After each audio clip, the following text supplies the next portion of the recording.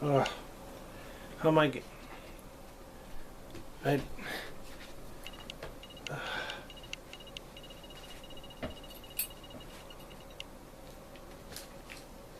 No. Where's the? You know what? Screw it. I'm looking. I can't do this.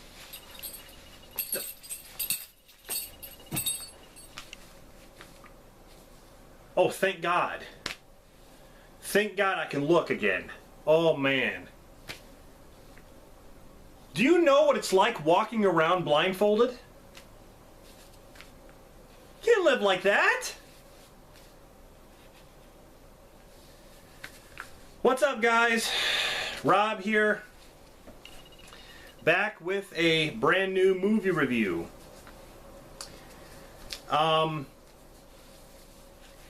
Been wanting to see this movie for a while because a lot of people have been hyping it up, and I guess like it broke Netflix records. Bird Box. Yeah, I've just been hearing people talk about this film for the past like week or so. It's just been blowing up, and I loved it. I really enjoyed Bird Box. It's basically The Happening done right.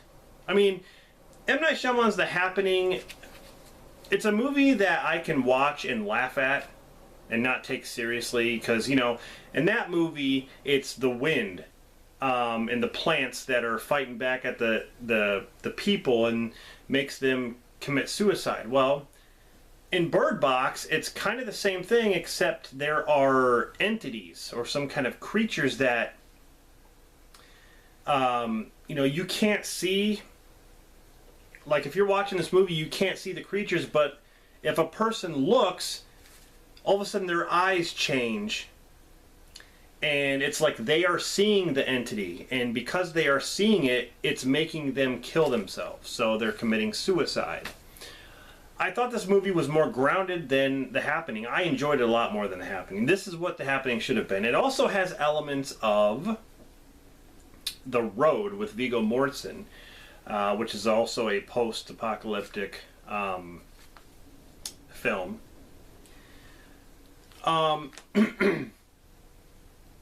Because there's elements of, you know, people who are actually out killing other people.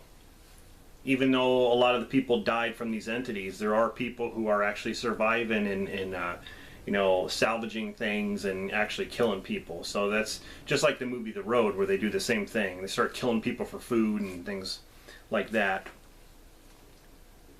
But it's a post-apocalyptic thriller with horror elements. I mean, there is, you know, there's blood in this movie, there's killing, there's a woman like gets into a car that's on fire and she just ignites on fire, and you know, this woman steps in front of a truck and pretty much splatters, and you know, there's a lot of stuff going on. It was directed by Susan Bier, and it was based on the 2014 novel by Josh Malerman, and that's what it is. It's based off a novel, and of course I've never read the novel, and so I can't really compare it as far as, you know, the film to the book.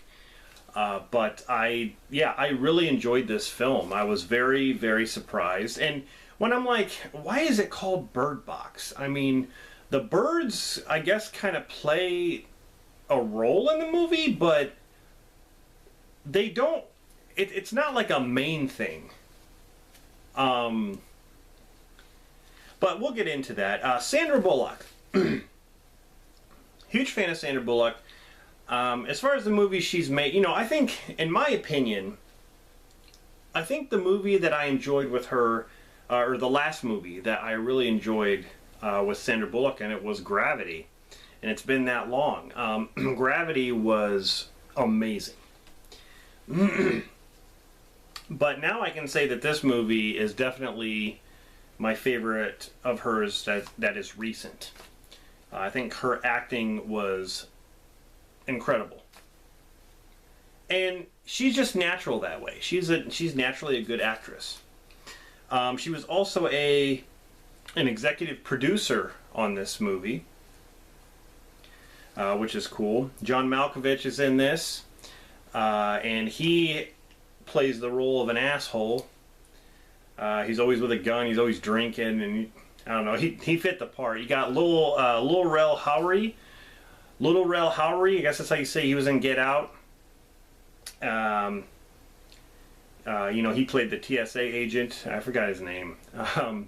But you know, he was there to provide some comedy, even though there's not a lot of comedy in this film, like there was Get Out. But he did have some funny things to say, and it really sucks how his character ends up. I won't you know, I won't spoil it, but yeah, I was hoping a little bit more from him.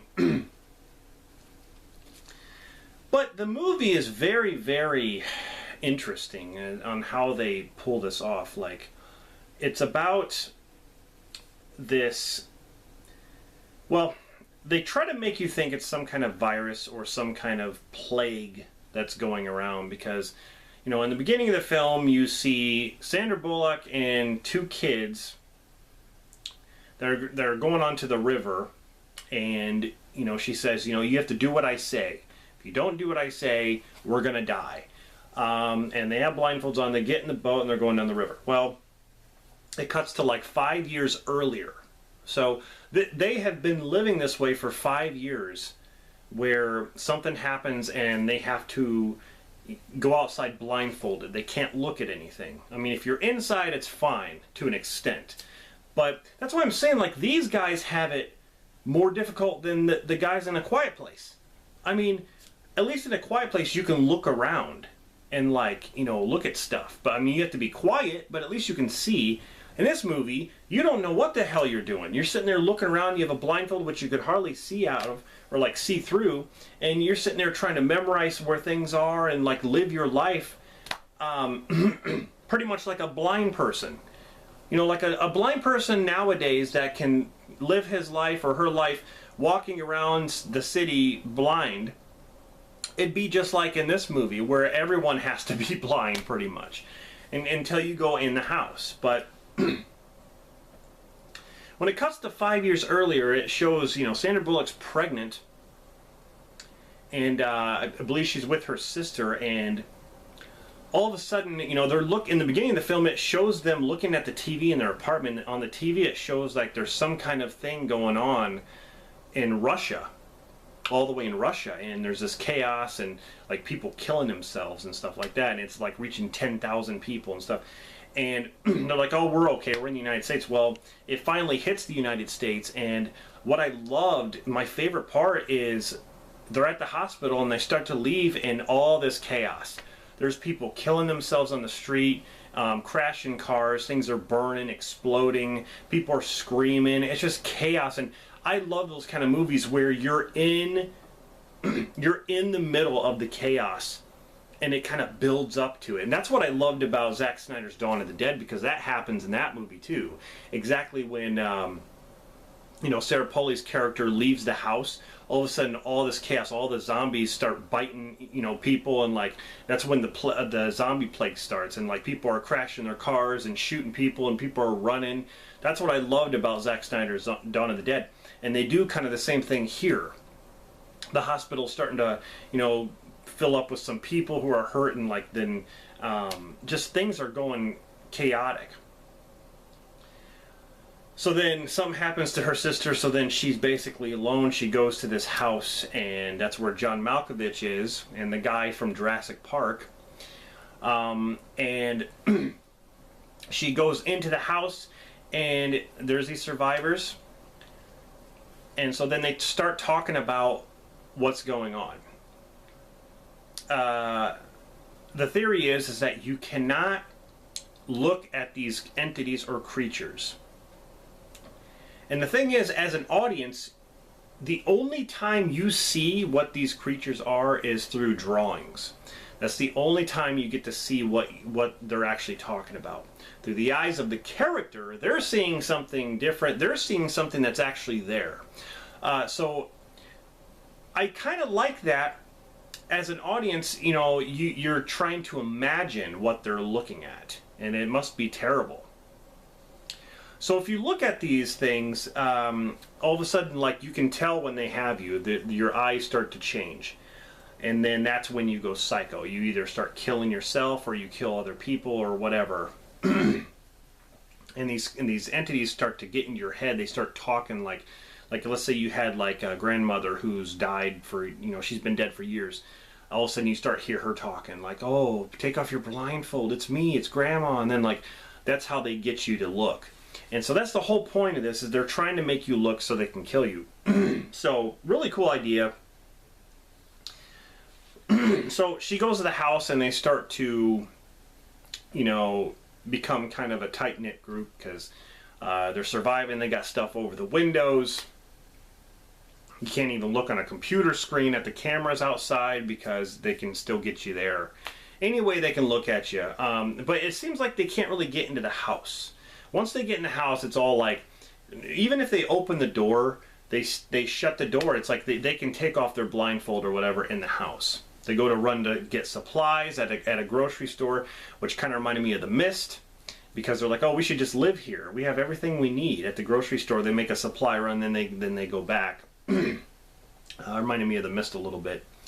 But so it kind of cuts like 5 years earlier, then it goes back to the 5 years later where they're going down the river. You know, the future stuff where it's 5 years later, it's the whole movie is basically them on the river. Like, okay, 12 hours on the river, 24 hours down the river, and so on. So people start dying here and there. There were a couple things that I kind of predicted, especially with this character. According to what happens to a certain character, there's these mental patients that don't need to wear blindfolds because I guess maybe they're crazy. The fact that they can go out and actually look at these creatures, and it's almost like the creatures use them to do their bidding. That's almost like what it is. One guy actually enters the house that tells a story, oh yeah, these mental people made us go outside and look, and I got away, and I knew right away he was a mental patient. I knew right away that that's what they were going to do, because it didn't seem right. I mean, the way he was telling the story, I'm like, oh, they're going to, like, he's going to end up being a mental patient. Well, he starts pulling out all these sketches and drawings that he's done, and it shows all these creatures. Like, there's like a skeleton face, and there's like a monster, like all these different apparitions. So that's the time you get to see exactly what we're dealing with. And the only time you get to see, like, you see like shadows outside when the creatures are coming, you see the shadows, or you see like leaves spiraling up, or you see the trees moving or something like that.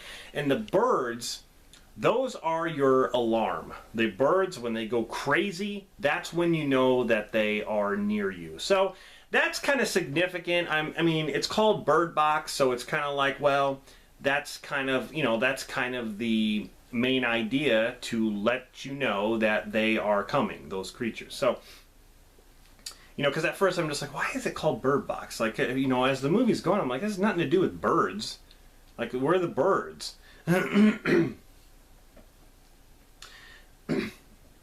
So, Sandra Bullock meets this guy that's at the house as well. He's very nice and stuff. This other woman's pregnant, and Sandra Bullock and her end up having their babies pretty much at the same time.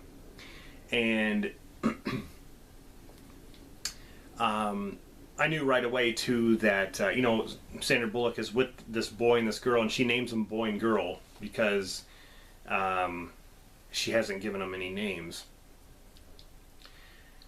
But the movie is basically about surviving, trying to live your life, adapting to the situation of not being able to look when you're outside, being blindfolded pretty much. And I think that's a really cool idea. It's a lot better than The Happening. It's a lot better idea than The Happening. Oh, the wind's changing. Oh my God, the wind. It attacks us in small groups. Or no, when we're in big groups, we gotta make the groups smaller. It's the plants. They're fighting back.